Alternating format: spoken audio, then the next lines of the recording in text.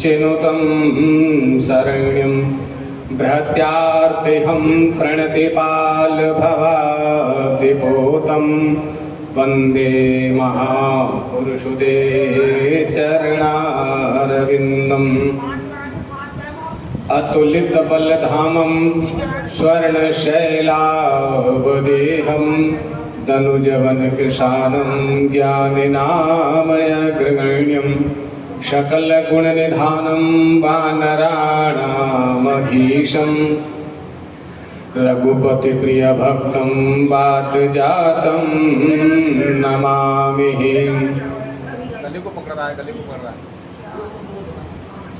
गले को पकड़ रहा है, कम डालो। गंगा तरंगरमणीय जटा कलापं गौरी निरंतर विभूषित वामभागं नारायण प्रियमनंगमदापहारं वाराणसीपुरपतिं भज विश्वनाथं। भक्ति भक्त भगवंत गुरु चतुर्नाम बपुएक तिनके पद वंदन किए नासत विघ्न अनेक। अपने अपने घरन की सब काहू को पीर तुम्हें पीर सब घरन की सो धन्य धन्य रघुवीर। काहू के बल भजन को काहू के आचार्य व्यास भरोसे कुमर की सुशोभत पाँव पसार। जय जय श्री राधा रमण जय जय नवल किशोर जय गोपी चित चोर प्रभु जय जय महाघन चोर। बोली वृंदावन बिहारी लाल की बोलिए सद्गुरुदेव भगवान की सिद्ध महाराज की केला मैया की रहना वाली मैया की। परम मंगलमय परात्पर अखिलेश्वर अकारण करुणा वरुणालय भक्त वांछा कल्पतरु तड़ित पीतम्बरधारी श्री बालकृष्णलाल की वांग्मय प्रतिमूर्ति श्रीमद्भागवत महापुराण को कोटि कोटि नमन। श्री सद्गुरुदेव भगवान के चरणों में कोटि कोटि नमन। अनंत बलवंत हनुमंत लाल के चरणों में कोटि कोटि नमन।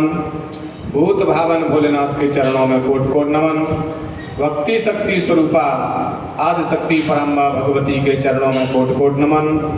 श्री गोवर्धन महाराज के चरणों में कोटि कोटि नमन। विराजमान सभी संत ब्राह्मणों के चरणों में कोटि कोटि नमन। आइए, आज बड़ा सौभाग्य का दिन है। भगवान की जब विशेष कृपा होती है अतिहर कृपा जाय पे होई और पाव दे ये मार्ग सोई।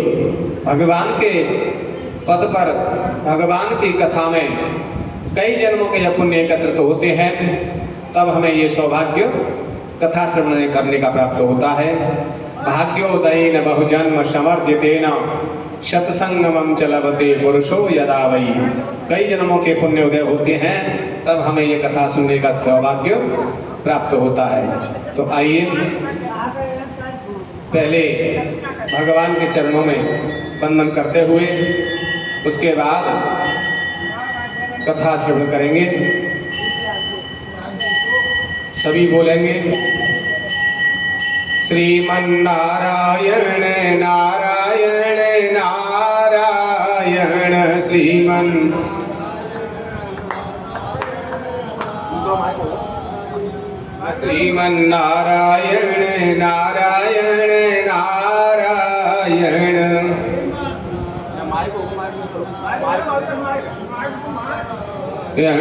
श्रीमन्नारायण नारायण नारायण श्रीमन्नारायण नारायण नारायण बद्री नारायण नारायण नारायण बद्री नारायण नारायण नारायण बद्री नारायण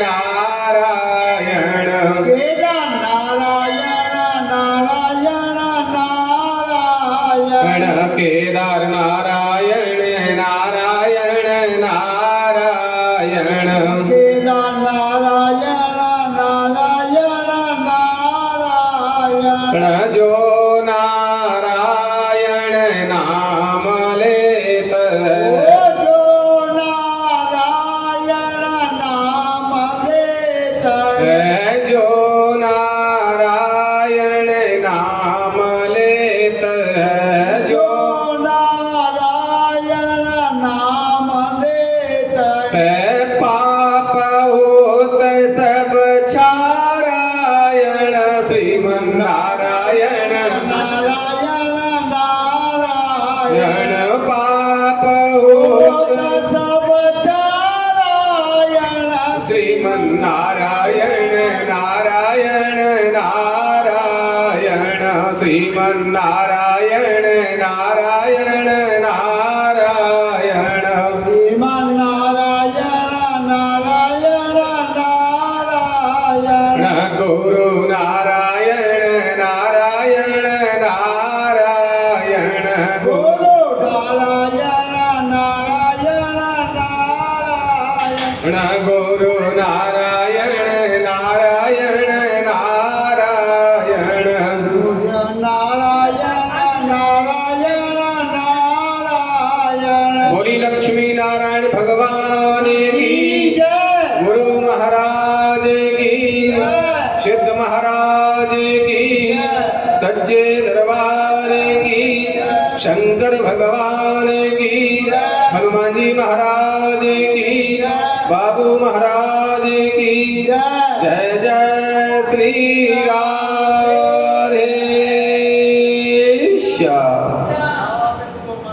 श्री गणेशाय नमः श्री सरस्वती नमः श्री गुरु चरण कमलेभ्यो नमः तत्रैव गंगा यमुना त्रिवेणी गोदावरी सिंधु सरस्वती च सर्वाणि तीर्थानि निवसन्ति तत्र यत्र च्युतोदार कथा प्रसङ्गः नारायणं नमस्कृत्य नरं चैव नरोत्तमं देवीं सरस्वतीं व्यासं ततो जयमुदीरये।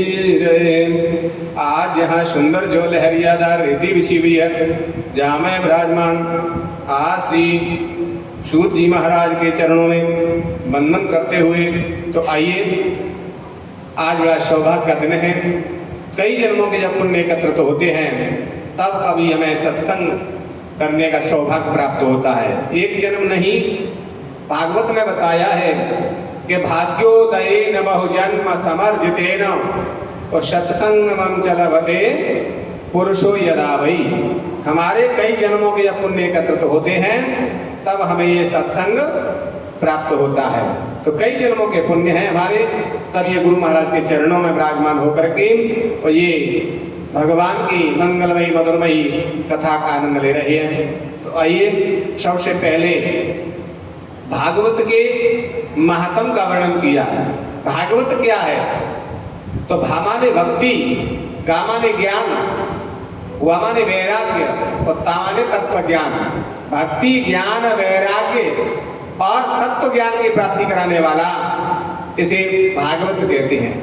तो आइए इस भागवत में सबसे पहले भागवत क्यों सुना जाता है, किसने सुना, कब सुना और क्यों सुना, सुनने से क्या लाभ है। तो पहले इसका फल बताया है कि भागवत सुनने से क्या फल मिलता है, किस किस को फल मिला, क्या फल मिला, तो वो उसे कहते हैं महात्म। तो आइए सबसे पहले महात्म श्रवण करते हैं।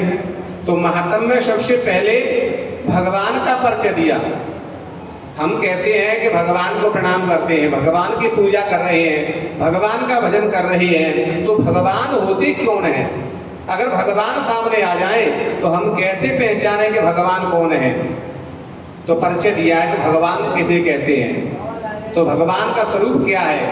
तो बताते हैं कि सच्चिदानंद रूपाय विश्वोत्पत्त्यादि हेतवे तापत्रय विनाशाय श्री कृष्णाय वयं नमः। भगवान का स्वरूप है सच्चिदानंद, सत धन चित धन आनंद। जिसके जीवन में सत्य हो, जो सत्य मार्ग पे चल रहा है, तो वो भगवान का ही स्वरूप है, भगवान ही है।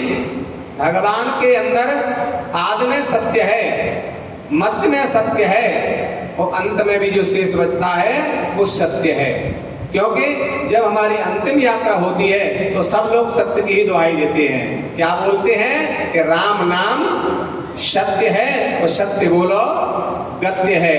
तो आदि में भी सत्य था, मध्य में भी सत्य रहा, वो अंतिम यात्रा में भी सत्य ही बचता है कि हमने क्या कर्म किया, क्या सत्य था क्या असत्य था। तो हम संसार के चक्कर में रहेंगे, वो सब असत्य है। क्योंकि वेदों ने बताया कि जगत मिथ्यम ब्रह्म सत्यम, ये जगत मिथ्या है और भगवान का भजन, भगवान का नाम ये सत्य है। लेकिन हम सत्य की ओर नहीं जाते, असत्य के संसार में ही भटकते रहते हैं और हमारा जीवन समाप्त हो जाता है। तो सत्य ही परमात्मा का स्वरूप है।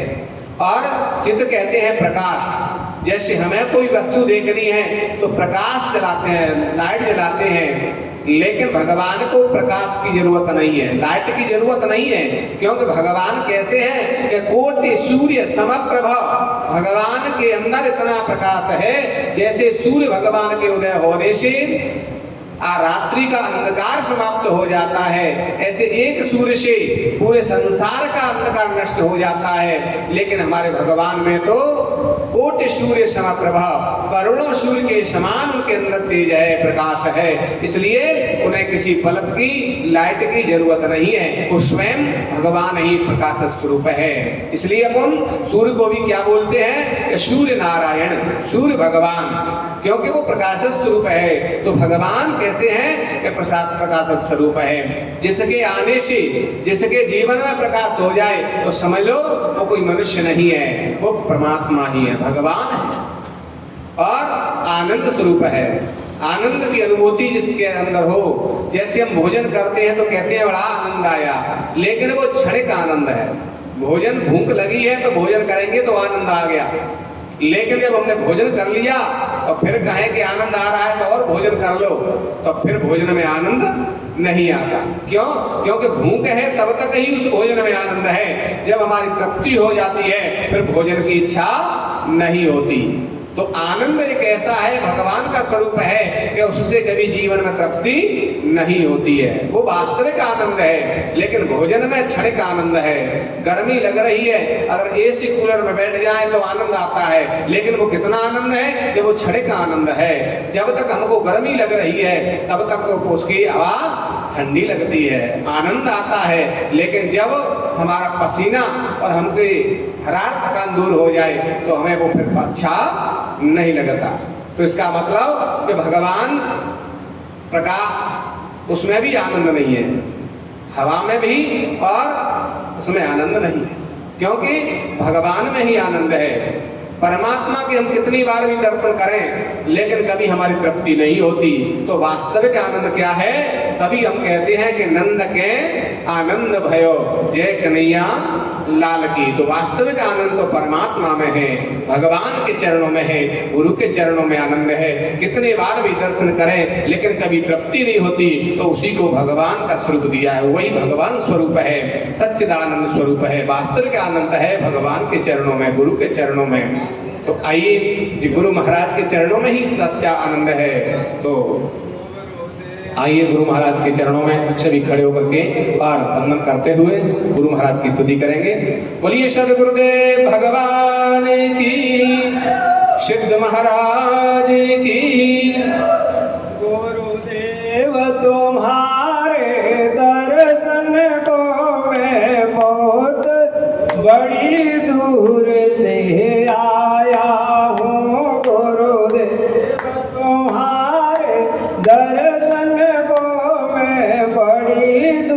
दूर से आया हूँ वो तुम्हारे दर्शन को मैं बड़ी दूर